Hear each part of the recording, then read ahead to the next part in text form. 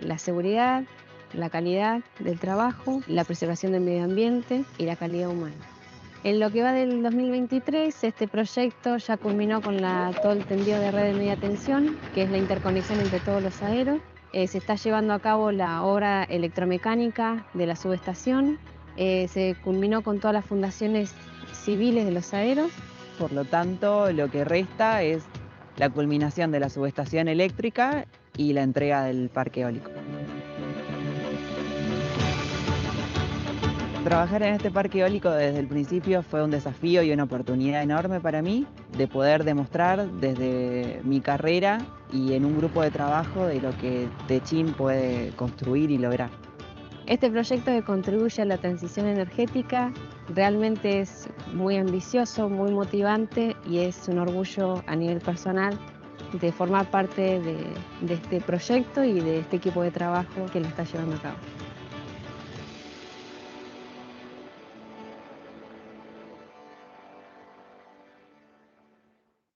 Los colombianos somos esa fuente inagotable de esfuerzo. A todos, me encanta saludarlos desde Campetrol. Soy Marcela Fajardo, directora de Asuntos Públicos y Corporativos. Deseo agradecer a todos los que están de manera presencial acá acompañándonos en el día de hoy. De igual manera, a los que se encuentran conectados en la transmisión en vivo de este evento, a Julio César Suárez, Country Manager de Techin Ingeniería y Construcción, y a su equipo de trabajo que hoy son protagonistas de este importante webinar. Campetrol, en su firme intención de dar línea en cuanto a la ruta de sostenibilidad que debemos recorrer las empresas del sector oil and gas y energía, ponemos a su disposición este espacio en el cual la empresa Techin Ingeniería y Construcción, representada por Hernán Milberg, gerente corporativo de transición energética, nos compartirá las experiencias que las empresas están atravesando en proyectos de hidrógeno, captura de carbono, biomasa, amoníaco, metanol y en algunos países de Latinoamérica, y los desafíos de estos proyectos que vienen presentando actualmente. Al final de dicha presentación abriremos el chat para una sesión de preguntas, de forma tal que ustedes pueden ir preparando sus preguntas durante el ejercicio de la presentación y finalmente daremos espacio vía chat a estas preguntas. Doy la bienvenida finalmente a Hernán, quien cuenta con más de 20 años de experiencia principalmente en proyectos de oil and gas y transición energética, desarrollo de ingeniería de factibilidad, diseño conceptual básico y de detalle, además especialista en estimación de CAPEX. Bienvenido. Gracias, Marcela. ¿Qué tal? Bueno, gracias a todos, buenos días, al público presente, también a la gente que se encuentra en el webinar.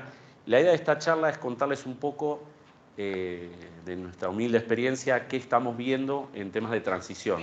Como decía Marcela, todas las empresas de energía, de oil and gas y de otros rubros están mutando a ver qué se hace para descarbonizar. Ya es un hecho, creo que en todo el mundo, que hay que hacer algo al respecto para ser, digamos, más sustentables. Entonces, nosotros desde Techin, que ayudamos a clientes a hacer proyectos, estamos viendo una creciente actividad en toda Latinoamérica en proyectos de esto, como mencionaba Marcela en el título, distintos productos que sirven para descarbonizar distintas industrias. Aparece lo que hoy se escucha mucho de hidrógeno, captura y, digamos, hay distintas formas de descarbonizar. Hoy en día el mundo emite cerca de 40 gigatoneladas de CO2 por año en su conjunto. Esto es un número muy alto y es el que genera el calentamiento global y digamos, está este consenso de ir al 2050 a bajar emisiones a cerca de cero. No hay una única manera, es una combinación de distintos productos o tecnologías y, digamos, cuando recién se mostró un video de un parque eólico, es una de las maneras de lograr bajar, digamos, las emisiones. Desde Techin, digamos, como tenemos una empresa que tiene ingeniería y construcción, diseñamos y construimos este tipo de proyectos, ¿sí? Que tienen muchas cosas en común con otras industrias de muchos años, ¿sí? En el oil and gas, en todo lo que tiene que ver con el petróleo, el transporte, la refinación. Entonces nos estamos adaptando para estos nuevos mercados y nuevas necesidades. En primer lugar, quería comentar que el Techin Ingeniería Construcción es parte de un grupo más grande, que es el Grupo Techin, que está compuesto por empresas del sector siderúrgico, las más importantes Tenaris y Ternium, muy presentes en Colombia, vendiendo tubos y aceros planos. Después está la empresa Tecpetrol, también con presencia en la región, que es nuestra empresa de energía. Y Techin Ingeniería Construcción es la empresa que hace proyectos. Hace unos 2 años, la empresa decidió crear como una nueva empresa que se llama Tech Energy Ventures, que viabiliza los proyectos de transición energética. Es un fondo de inversión que busca invertir en startups, por ejemplo, de hidrógeno, de captura de carbono, para desarrollar nuevas tecnologías, pero también para viabilizar proyectos más estándar dentro de lo que es la transición energética, como por ejemplo un parque eólico, un parque solar, una planta de hidrógeno. Y nosotros en su conjunto estamos trabajando con esta meta. O sea, esto se creó en primer lugar para descarbonizar las actividades que tiene el grupo en las acerías. Pero la empresa de ingeniería de construcción en realidad tiene mucha más actividad para el afuera, para clientes externos, que para la misma organización. Entonces, brindamos servicios y vemos proyectos en distintos lugares. Acá hay algunos números que les queremos comentar sobre Techin. Esto obviamente se va a compartir y es para que tengan el background. Techin es una empresa que tiene más de 75 años, que ha hecho más de 3.000 proyectos y su credencial más importante es terminar los proyectos, ¿sí? A veces a costa de no tener un buen resultado, pero es nuestra marca. Esto en general, no en la industria de la transición energética, obviamente. Algunos de los clientes con los que hemos trabajado en los últimos años, todas empresas de primer nivel. Nuestra presencia más fuerte es en Latinoamérica, desde México hasta Argentina, pero también tenemos actividad en Europa, hemos tenido actividad en Egipto, en Arabia Saudita, en Estados Unidos. Y contamos con oficinas en distintas regiones, como se ve ahí en el mapa, con centros de ingeniería, con oficinas comerciales y centros operativos. Para que tengan una idea, la empresa Techin Ingeniería Construcción tiene hoy cerca de 20.000 empleados. Yendo a lo que es el mundo de la transición energética, como decía antes, es muy importante el tema de que no hay una única manera. Entonces hay que atacar el tema en forma global y en paralelo. Hay como un camino que va a distintas velocidades. Todo el mundo hoy en día habla del hidrógeno y realmente estamos viendo en forma exponencial cómo los proyectos se van desarrollando, pero por supuesto con algunos problemas. Y nosotros siempre decimos que el gas natural, en ese sentido, tiene un rol muy importante en la transición, porque venimos, de muchos años de quemar combustibles fósiles, pero más quizás como el carbón o combustibles líquidos, y si en algún momento se quiere ir a un mundo de energías renovables y el hidrógeno como vector energético, va a haber un camino de 20, 30 años quizás. Perdón. Ahí. Entonces, el gas natural tiene un rol predominante en esta transición, ¿no? Es un combustible, es fósil, pero las emisiones que genera son bastante menores a las que tiene otros combustibles. Entonces, hoy el mundo está yendo a usar más gas natural a través del LNG, ¿no? Que es el gas natural licuado, para transportarlo entre los países productores de los consumidores. Y vemos en el gas un muy importante vector o un viabilizador entre el pasado y el futuro. Nosotros mencionamos, por ejemplo, acá que, como decía antes, es importante tratar de poner todo el know-how pasado y adaptarlo hacia el futuro. Por ejemplo, cuando hablamos de hidrógeno, el hidrógeno no es algo nuevo, o sea, existe hace muchos años. El mundo produce cerca de 100 millones de toneladas por año, bastante contaminantes porque se obtiene a través del carbono, del gas natural, pero todo el manejo del hidrógeno, amoníaco, metanol, es conocido en el mundo. Entonces es simplemente tratar de adaptar a lo nuevo con lo que es el concepto del hidrógeno verde. Acá pongo unos slides sobre algunas participaciones que hemos tenido recientemente en proyectos grandes que van hacia la transición energética. Por ejemplo, uno es una planta de fertilizantes en Argentina que se hizo hace unos 20 años y ahora estamos desarrollando una ampliación del mismo tamaño. El tema de los fertilizantes es importante por el amoníaco.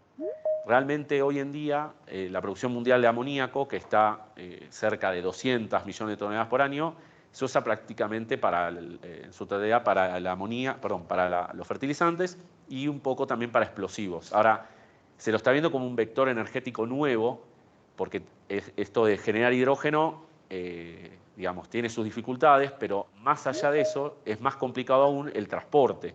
Entonces, si uno transforma el hidrógeno en amoníaco, con una reacción química, el amoníaco es mucho más sencillo de transportar y de utilizar. Entonces, aparece mucho el concepto del amoníaco, pero no para fertilizantes.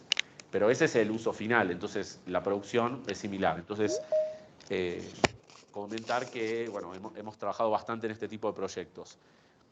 Después, el metanol es el otro carrier que está tomando bastante protagonismo, porque en su molécula lleva bastante hidrógeno y hay toda una infraestructura en el mundo que permite transportarlo y buques que pueden quemar metanol para generar energía. Entonces, eso es otro fluido importante y desde Techin hemos trabajado en algunos proyectos de metanol. Acá hay otro en Egipto. Experiencia en refinación, por lo que decía antes. No solo un camino hacia la descarbonización es a través del hidrógeno, sino también, por ejemplo, haciendo combustibles más sustentables, ya sea a partir de biomasa y generar lo que se llaman los combustibles verdes, HBO, SAF para aviones, que también viene con una industria creciente. En Estados Unidos, por ejemplo, ya hay restricciones fuertes a la cantidad de diésel que tiene que ser más verde respecto al fósil. Y nosotros como desarrolladores de proyectos lo vemos muy similar a una refinería, ¿sí? O sea, la materia prima es un poco distinta, en vez de ser crudo es aceite gastado o alguna grasa, pero luego hay que hacer hidrotratamientos, así que vemos que toda la experiencia previa en refinación se puede aplicar a los combustibles más sustentables. Actualmente estamos trabajando en una refinería importante en México, Dos Bocas, con algunas unidades. Y no quería dejar de comentar sobre esto, como decía antes, el LNG. Desde nuestra empresa hemos trabajado en plantas de regasificación, más que nada en Europa, también en México. Esta es la última que hemos hecho en Francia, en Dunkerque. Y bueno, hay países que son productores, licúan y exportan, otros que son consumidores, entonces regasifican e importan. Y hay países que tienen las dos opciones. Los proyectos tienen mucho en común, las de licuefacción y regasificación, en algunas cosas obviamente no. Y desde Techin hemos estado trabajando en este tipo de proyectos. Por ejemplo, actualmente en Argentina estamos tratando de viabilizar o monetizar el gas de vaca muerta, que es de shale gas. Hay una producción muy importante y con mucho potencial y hay proyectos que están tratando de buscar su FID para poner unas plantas de licuefacciones que requieren varios miles de millones de dólares de inversiones. Y también muy importante es el manejo del agua, en todo lo que tiene que ver con la sustentabilidad y la transición energética, donde muchos países tienen restricciones al uso de agua dulce, entonces aparece el concepto de desalinizar agua, cosa no nueva, existe hace muchos años, pero con el creciente consumo de este tipo de fluido, bueno, hay proyectos muy grandes que solamente para transportar agua. Y, por ejemplo, en todo lo que tiene que ver con el hidrógeno verde, que es usar agua para electrolizar, o sea, a través del electrólisis generar hidrógeno, requiere agua de una calidad específica y muchas veces tiene que ser desalinizada usando agua de mar. Actualmente, por ejemplo, en Techin estamos haciendo en Chile un proyecto muy grande de desalinización de agua. Ahora, quiero detenerme y darles algunos ejemplos de proyectos que estamos trabajando de transición energética. Por un lado, como decía antes, Techin está ayudando al grupo, a Tech Energy Ventures, que es este fondo de inversión, con startups y digamos, desarrollo de tecnologías nuevas.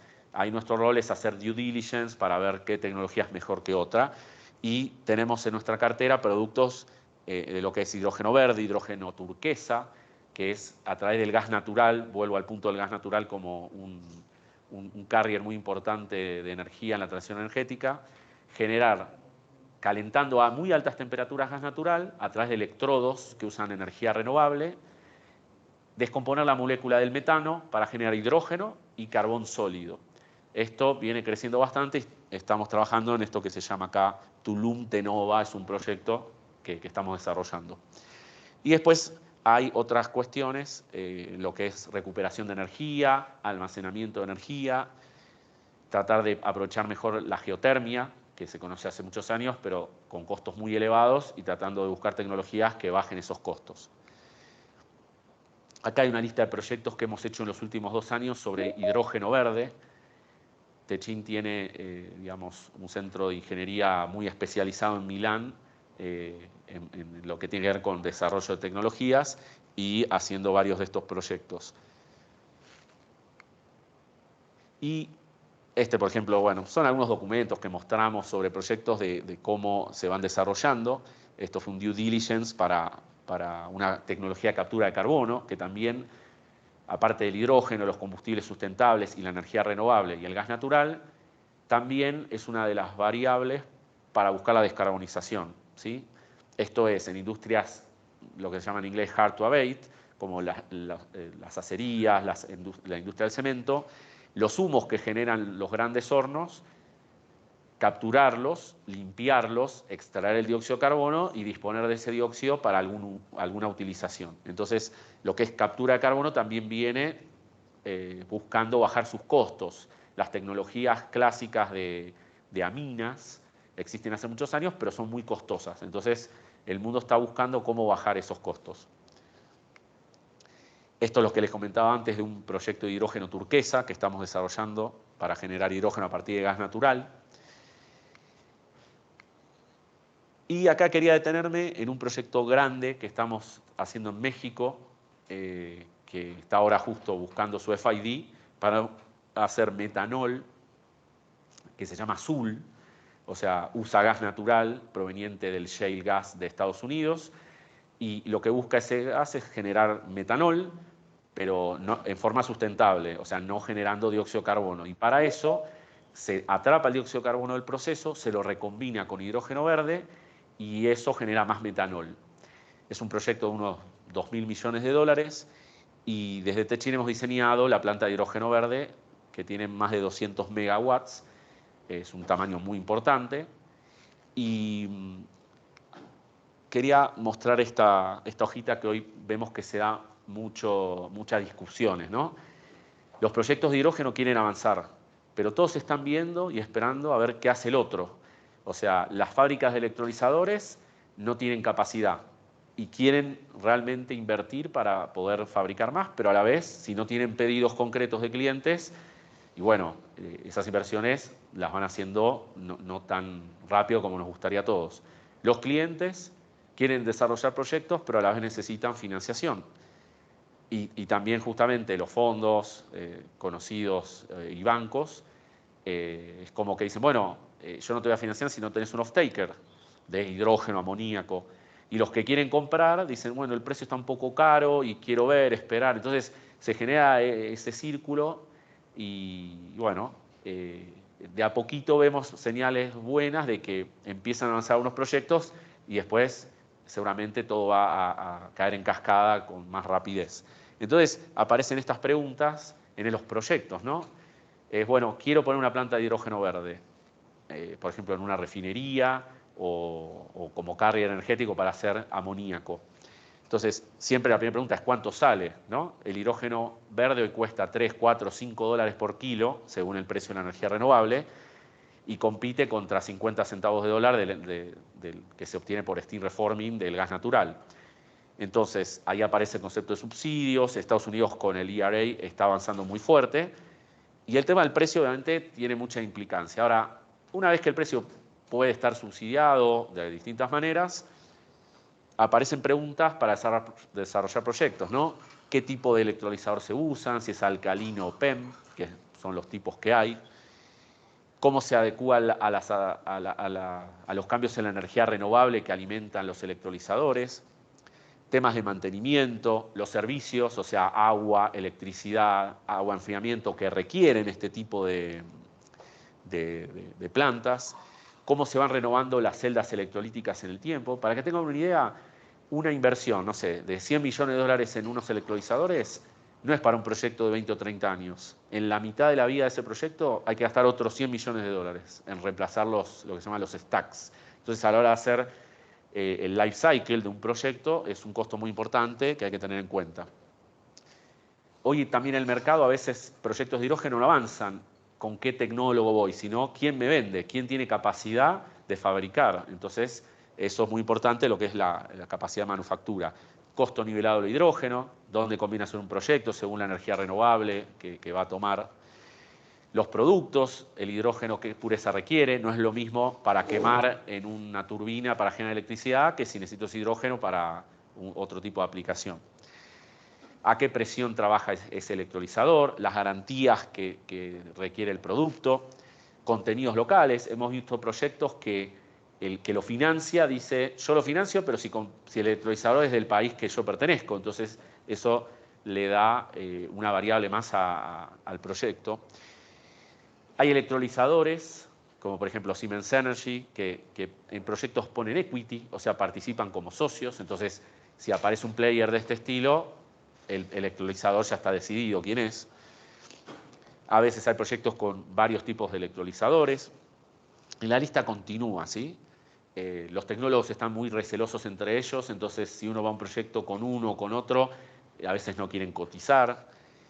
Temas de, bueno, como decía antes, subsidios, layout, footprint. ¿Cuán modularizado es uno de estos proyectos? Bueno, no me quiero detener mucho porque podría estar mucho tiempo hablando de esto, pero a lo que veo es que a la hora de encarar un proyecto de hidrógeno hay que preguntarse todo esto y trabajar entre el desarrollador, el electrolizador, o sea, el fabricante, y la empresa el PCista que va a desarrollar el proyecto. Esto es un ejemplo de cómo hemos en estos proyectos nosotros hecho evaluaciones de tecnologías. No es sencillo, ¿sí? Hay veces que uno en un proyecto hace un cálculo rápido, un costo nivelado, y rápidamente dice, para un producto voy por A o por B y voy por A enseguida. En los temas de hidrógeno todo parece parecido, entonces hay que verlo con bastante detalle y ver muchas variables para tomar decisiones. Tema de tecnólogos, que viene apareciendo mucho. Estas empresas que figuran acá, las más conocidas de electrolizadores, Cummins, John Cockerill, Siemens, como mencionaba antes, ThyssenKrupp Nucera, son como la estrella del momento, o sea, no te atienden el teléfono porque tienen muchos pedidos. Entonces, para desarrollar un proyecto hay que tener cercanía con ellos. Desde Techin hemos gastado, no meses, años ya vamos 2 años, estableciendo relaciones con ellos, firmando NDAs, que llevan mucho tiempo, para después de todo eso poder en conjunto desarrollar un proyecto. Bueno, estos son documentos que hemos elaborado en los distintos proyectos, lo que son los PIDs, digamos, los diagramas de ingenierías e instrumentos.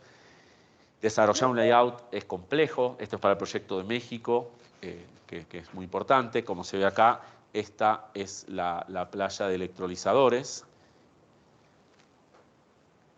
La inversión de la electrólisis es muy intensiva. O sea, en la planta, el espacio que ocupa es grande, pero no es súper grande, pero en costo por metro cuadrado es de lo más elevado que hay, ¿sí? O sea, la inversión en hidrógeno es muy costosa. Después hemos trabajado en otro proyecto en Italia, para una acería, donde se busca reemplazar un poco la quema de gas natural por hidrógeno quemado en hornos para obtener calor. Y lo interesante de este proyecto fue la parte de la seguridad de procesos.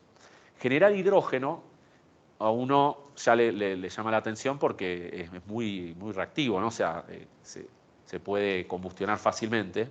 Pero cuando está a presión atmosférica, que es a la presión que generalmente los electrolizadores generan el hidrógeno, se puede manejar fácilmente. Ahora, si uno quiere almacenar hidrógeno, una vez que lo fabricó, hay que comprimirlo porque si no, no da la economía. O sea, hay que guardarlo incluso hasta 800 bar de presión.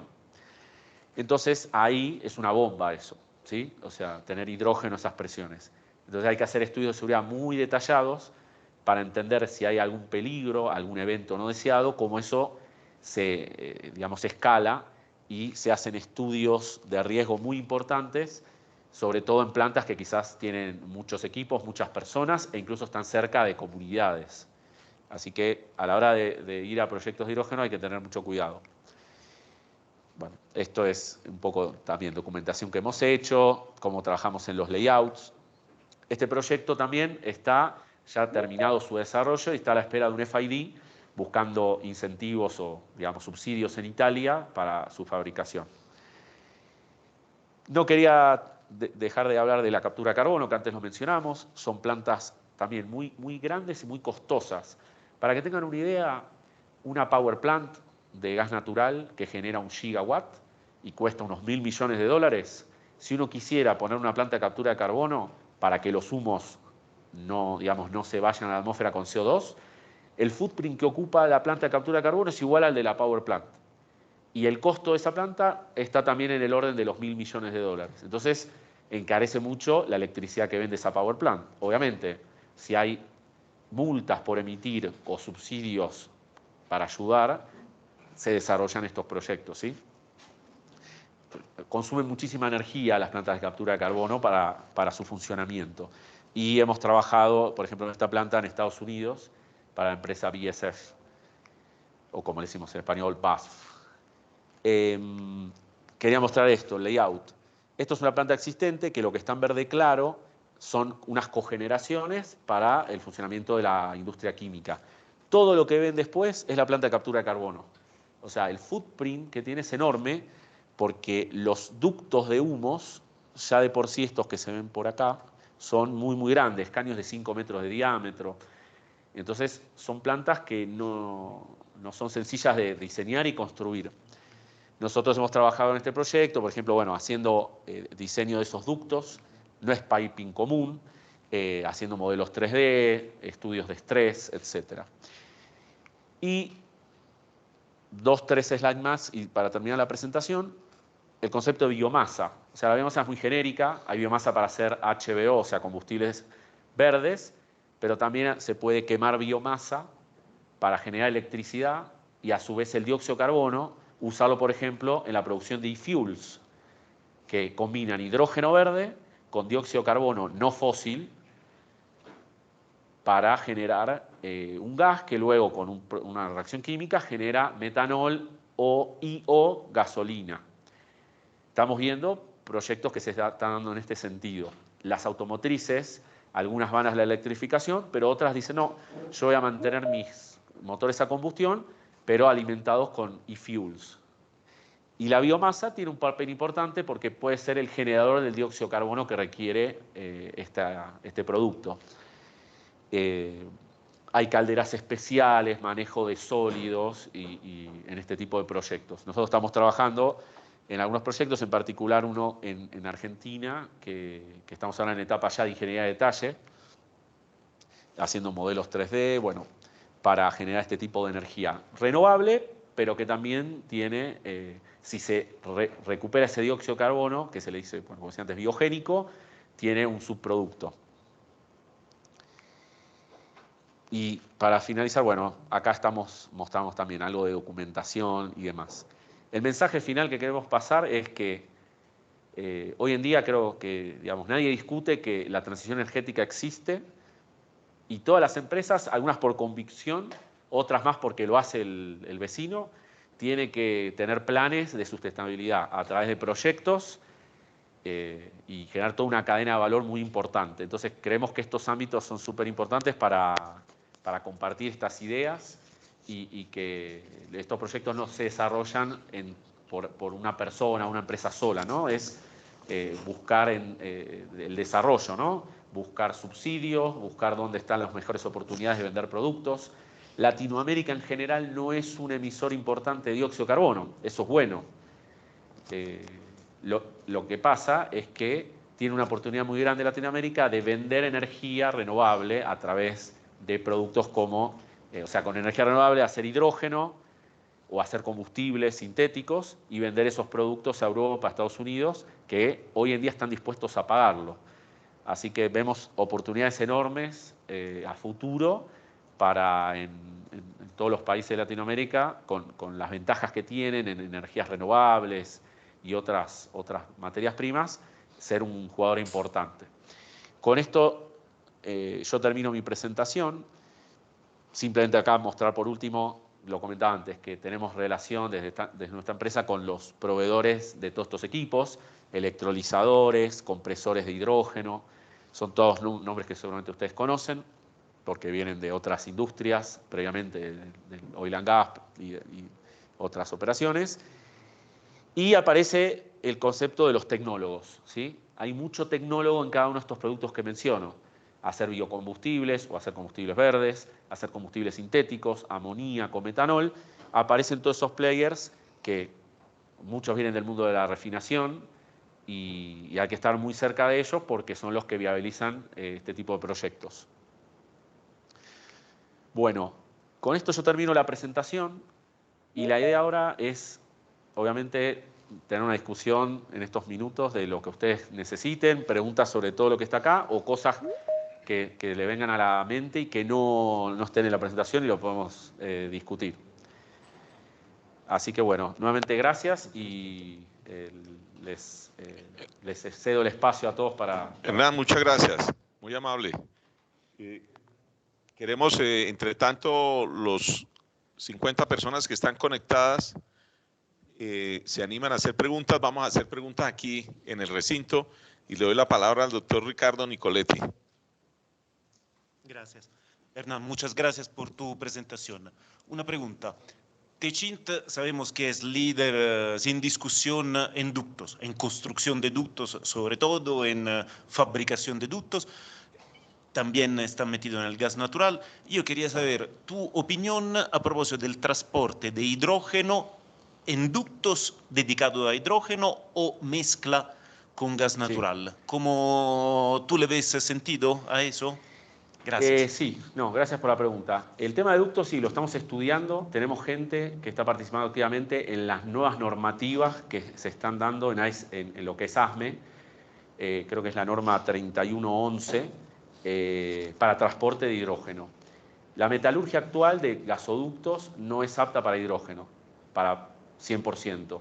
Entonces, estamos recibiendo pedidos de proyectos para o hacer ductos nuevos de hidrógeno con la metalurgia adecuada o la mezcla con gas natural en un porcentaje.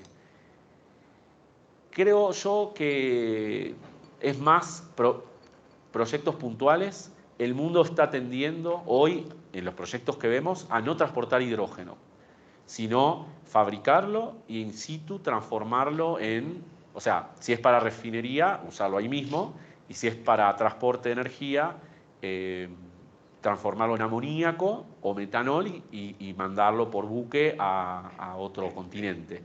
Y incluso transformar el amoníaco con un cracking en una mezcla de amoníaco-hidrógeno que se puede usar en la generación de energía en turbinas tradicionales de gas natural. O sea, nosotros vemos todo, pero la parte de ductos la vemos un poquito más dedicada por proyectos particulares. O sea, no dan los economics de los proyectos de transportar grandes cantidades de hidrógeno. Yo te agradezco y debo decir que tengo tu mismo punto de vista, porque cuando uno ve, por ejemplo, esa diapositiva que tú tienes allá, uno ve un sitio maravilloso para hacer energía solar, entonces uno dice, después, si yo quiero hacer hidrógeno, la planta de hidrógeno la hago allá, donde probablemente no hay usuarios, o me conviene hacer un cable, transportar energía eléctrica y el eventual electrolizador hacerlo cerca de los utilizadores. Esa era mi duda. Siempre he pensado que es más fácil tender un cable, y en muchos casos ya hay, que tender o que construir un hidrógenoducto, o peor aún, mezclar hidrógeno con gas natural en un ducto. Sí, tal cual. Sobre todo en Latinoamérica, por ejemplo en Chile, estamos viendo proyectos que hemos evaluado esto, ¿no? Es decir, desde una factibilidad. ¿Qué conviene? ¿Dónde va el parque solar? ¿Dónde está el consumidor? Y hacer las alternativas y con sus económicos, ¿no? Y en general da que siempre es más viable llevar electrones en los cables que llevar hidrógeno. O sea, el hidrógeno es difícil de manipular, hay que comprimirlo y con esto que no hay ductos, así que tendemos a pensar que va siempre para ir a buscar la manera del mejor transporte. Gracias. De nada. ¿Preguntas aquí en el salón? Yo tengo una pregunta de ignorante. Para pasar de hidrógeno a amoníaco o a metanol, ¿se necesita un electrolizador? No. Una vez que uno tiene hidrógeno, no importa de dónde salió, si es a través de carbón supercontaminante o a través de electrolizador, el hidrógeno ahí se combina, si es en amoníaco, con nitrógeno puro para la reacción que se llama Haber-Bosch, en un reactor a alta temperatura y presión para dar amoníaco. Por eso cuando uno escucha hablar de amoníaco verde, es amoníaco que no importa el color como uno lo llame, se le dice verde porque el hidrógeno viene de que se fabrica por el electrolizador, pero no distingue el reactor de amoníaco, de síntesis de amoníaco, si el hidrógeno vino de un lado o vino del otro, si tiene la pureza, presión y temperatura adecuada. Y en el caso del metanol, se mezcla el hidrógeno con monóxido de carbono en otro tipo de reactor, también a alta presión y temperatura, para dar metanol. Y lo mismo, si ese hidrógeno provino de un steam reforming de gas natural o provino de un electrolizador con energía renovable, es igual. Obviamente en el costo nivelado de un proyecto, el gran costo está en hacer hidrógeno respecto a lo que es hacer amoníaco. Por ejemplo, estamos viendo un proyecto que hace metanol, ¿no? Metanol verde, o sea, usa hidrógeno de electrólisis. La unidad de metanol cuesta, no sé, 100 millones de dólares. Y hacer el hidrógeno que requiere esa unidad sale 500 millones de dólares. O sea, ese es el tema. Por eso, si uno tiene que comprar metanol hoy, si no tiene incentivos ni impuestos a pagar por emisiones, va a comprar, no hay que hacer ninguna cuenta, para el precio del metanol común va a salir 4 o 5 veces más económico que el del verde. Así que oye, Hernán, tú dijiste que le podemos preguntar de diferentes temas. Por supuesto. Y cuando uno habla de la transición energética o escucha hablar de la transición energética, escucha que la solar y la eólica pues son las más prácticas para hacer esa transición, pero cuando uno dice y se imagina que Sudamérica pudiese estar lleno de paneles solares para darle energía al mundo y pregunta el factor de despacho de una planta solar y una planta eólica, ¿tú tienes referentes? Yo tengo en la mente de alguna información que la solar tiene un factor de despacho del 16% y la eólica en un 40%. ¿Esos son estándares o la tecnología ya ha mejorado y hay mejores factores de despacho? No, la tecnología está mejorando, pero con el objetivo de bajar costos, ¿sí? No tanto de mejorar la eficiencia. Puede haber algún puntito de mejora, pero no está en esta presentación, es otra, después la busco y se la puedo mandar. Cómo ha variado el precio de la energía solar y eólica en los últimos años y cómo ha variado la eficiencia. Y la eficiencia se mantiene bastante estable, lo que baja mucho es el precio por mejora de productividad en la fabricación. Los números que mencionás es un promedio muy general, depende mucho del país y de la radiación y vientos que haya en cada caso, pero son valores bajos. Entonces, digamos, es muy importante, en nuestra opinión, que haya una red integrada, o sea, generación combinada entre eólica, solar, hidroeléctrica, incluso geotérmica, todo abastecer a un pool y que eso abastezca a las industrias, porque de esa manera se compensan las fluctuaciones. Quizás yo de día tengo más energía solar, de noche no tengo nada, pero a la noche tengo un poco más de viento. Entonces, digamos, querer alimentar una industria en forma dedicada con energía renovable es complejo. Hay proyectos que lo tienen. No solo es complejo porque en un momento del día tengo 100 megawatts, pero quizás en otro momento tengo 30, sino también por las fluctuaciones del sistema. No es sencillo, por ejemplo, quiero hacer metanol verde con hidrógeno verde. Si ese hidrógeno está atado a las fluctuaciones de la energía renovable, la planta sube producción, baja producción una vez por día. y los equipos lo sufren mucho eso. Entonces hay que buscar las maneras de la electricidad, combinarla lo más posible para que se armonice y que se suministren las plantas con energía eléctrica proveniente de varias fuentes y a través de los contratos garantizar que uno está comprando energía renovable, ¿sí? Pero esos factores que mencionas son reales y sí, es todo un desafío. Pero así todo, hoy el costo nivelado de la energía renovable, sobre todo la solar, este año fue el primer año que en muchos lados el costo nivelado es menor que una planta de gas y en inversión la energía renovable este año superó en algunos campos a las inversiones en otro tipo de energías. Entonces, es una realidad y por supuesto tiene desafíos técnicos que hay que ver en proyecto a proyecto, pero es una buena noticia que el mundo y sobre todo en Sudamérica las renovables están caminando muy bien. Por ejemplo, en Uruguay casi el 100% de la energía que consume el país es renovable. No lo vende mucho Uruguay, pero es súper destacable. ¿Qué porcentaje? Casi 100%. Sí. ¿Y el factor de despacho es de ese volumen? Porque es una combinación entre energía eólica, solar e hidroeléctrica. Ah, ok, perfecto. ¿Qué nos puedes hablar de proyectos de hidrógeno blanco? ¿Tienes algunos proyectos de ese tipo? ¿Y qué nos pudieses hablar de baterías, que es creo que un factor importante de la sí. Solar? Entre tanto, aquí ya hay unas preguntas y le paso aquí el micrófono a Iwa. Con respecto a las baterías, hemos hecho evaluaciones de proyectos grandes para tener baterías y en general no han caminado. O sea, es muy costosa las baterías para, digamos, armonizar la energía. Se busca otro tipo de carrier energético. Por ejemplo, es más barato, y ahí aparece el concepto de almacenamiento de energía, ¿no?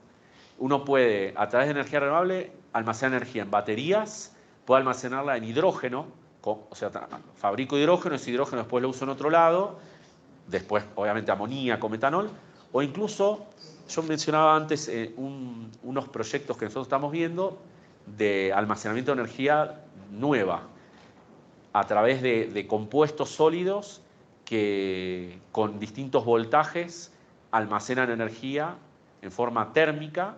Es una especie de batería, pero no son las tradicionales. O, por ejemplo, hemos visto proyectos de almacenar energía en forma de energía potencial. Algo es medio sencillo, pero se está haciendo, que es, le doy energía renovable fluctuante a un sistema de poleas con ladrillos muy grandes. Esto se está haciendo en Estados Unidos.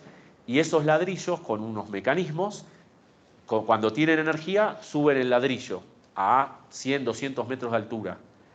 Cuando el sistema requiere energía, esos ladrillos bajan y generan esa energía potencial, lo transforman en energía eléctrica. O sea, el mundo está mirando muchas formas de almacenar energía por las fluctuaciones que hay entre el consumo y la producción.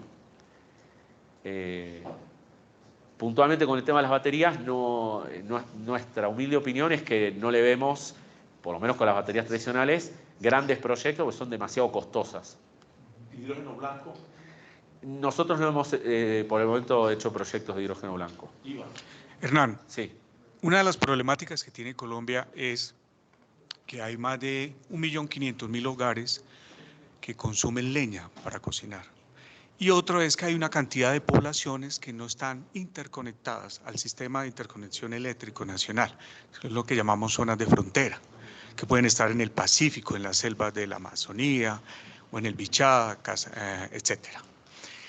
Estas poblaciones, núcleos poblacionales, utilizan energía a base de generadores eléctricos con diésel. Hay que transportar el diésel. Pregunto, ¿este tipo de tecnologías han desarrollado proyectos de pequeña escala, plantas para poblaciones aisladas, y son realmente viables financieramente? El segundo punto es un poco más complicado. El primer punto, la respuesta es sí. O sea, se puede generar a poblaciones que no tienen el acceso tradicional a la energía a través de grandes líneas de alta tensión o porque no tienen gas natural, a través de o energías renovables o incluso con producción de hidrógeno, abastecer una población de 50, 100, 200.000 habitantes. Eso no hay problema. Hemos estudiado algunos proyectos al respecto. El tema es que hoy por hoy no son, si se quiere, rentables en comparación con otro tipo de costos de energía, por ejemplo, quemar diésel. Entonces, ahí siempre está el trade-off y ahí es donde los estados tienen un papel importante. Esto, digamos, lo digo más amplio. Ninguna empresa hoy en día va a asumir los costos de pagar productos más caros que pagaba otro precio, ¿sí? O sea, ya sea energía, ya sea hidrógeno. Entonces, los estados son los que van a viabilizar a través de incentivos o penalidades al que emite dióxido de carbono que la transición energética sea más rentable que el que no se mete en ese mercado. Esto se ve fuertemente en Estados Unidos y Europa. Sudamérica obviamente está a otra velocidad, donde hoy en día en Estados Unidos una fábrica que durante 50 años emitía CO2, hoy viene el Estado y le dice, si vos emitís CO2 tenés que pagar $100 la tonelada de CO2 emitido. Y si al revés pones un proyecto de captura de carbono o de hidrógeno, el Estado te da subsidios, y entonces cuando hacen sus económicos les da mejor que si no lo hacen. Y ahí es donde los proyectos empiezan a desarrollarse. Europa ha sacado un paquete de leyes que se llama CBAM, que cualquier producto fabricado en Europa le van a medir su huella de carbono. Y cuanto más grande sea esa huella, más impuestos tiene que pagar. Y eso incluye las materias primas que importa desde Sudamérica, por ejemplo. Y ahí es donde aparece una posibilidad en estos lugares, ¿no?, de vender productos como se llama un green premium, o sea, un producto que el mercado está dispuesto a pagarlo porque en algún otro lado la regulación hace que la transición energética es más conveniente que no, meterse en ese mercado. En Sudamérica no hay hoy grandes incentivos locales a decir industria que emite mucho, industria que paga. Hay países que no tienen hojas de ruta o no tienen impuestos al CO2, otros países que sí, pero todo en forma muy progresiva. Entonces, una ciudad que tiene que generar energía eléctrica, hasta que no aparezcan incentivos reales, va a seguir quemando diésel porque es lo más económico que tiene. Hasta que aparezca que alguien diga, espera, si yo hago una planta de renovables y la conecto y no traigo gas natural o diésel y me sale más económica que una tecnología previa. Así que todo está digamos, los proyectos se hacen a través de empresas y esas empresas están metidas en regulaciones de cada país. Entonces, los países tienen que tomar una delantera importantísima. Los privados tienen un rol importante en acercarle a los estados soluciones y en conjunto desarrollar este tipo de normativas. O sea, cuando los países solos quieren hacer normativas, esas normativas son inaplicables, porque muchas veces no está la tecnología o los precios que quieren pagar son imposibles. Y los privados, si no tienen el apoyo del Estado, no van a invertir, digamos, dinero propio en algo que no saben si después va a tener un mercado. Entonces, es el conjunto el que posibilita el desarrollo. Hernán, nos quedan 5 minuticos para 2 preguntas. Sí.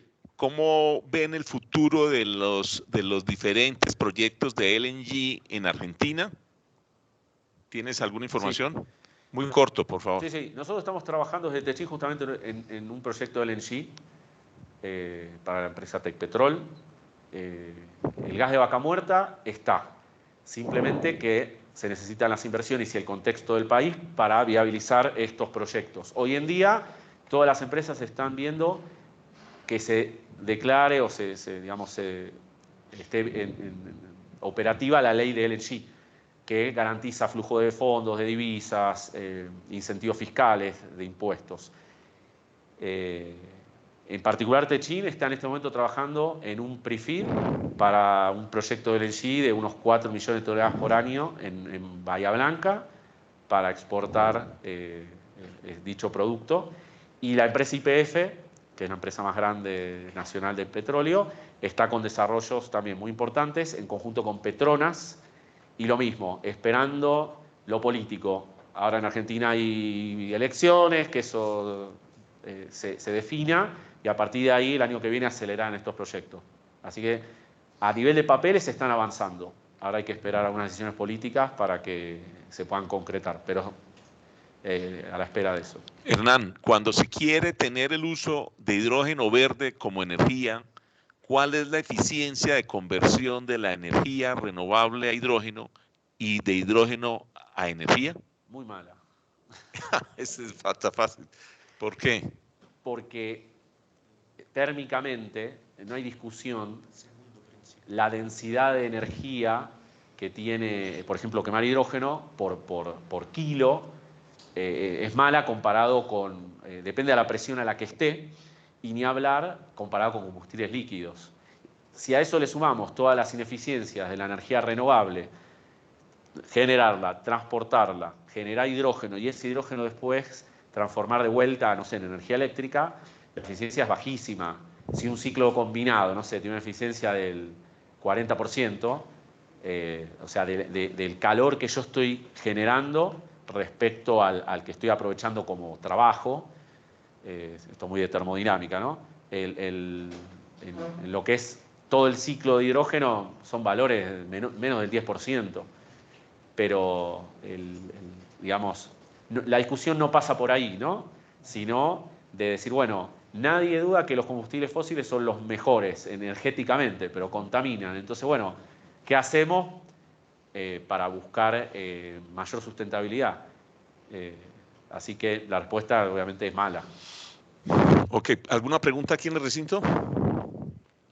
No, entonces darle las gracias a Hernán y a Techin por este espacio muy interesante y esperamos que quienes no pudieron conectarse, poderles compartir el link para que puedan ver la presentación próximamente. Muchas gracias a todos y feliz tarde. Gracias a ustedes por el tiempo.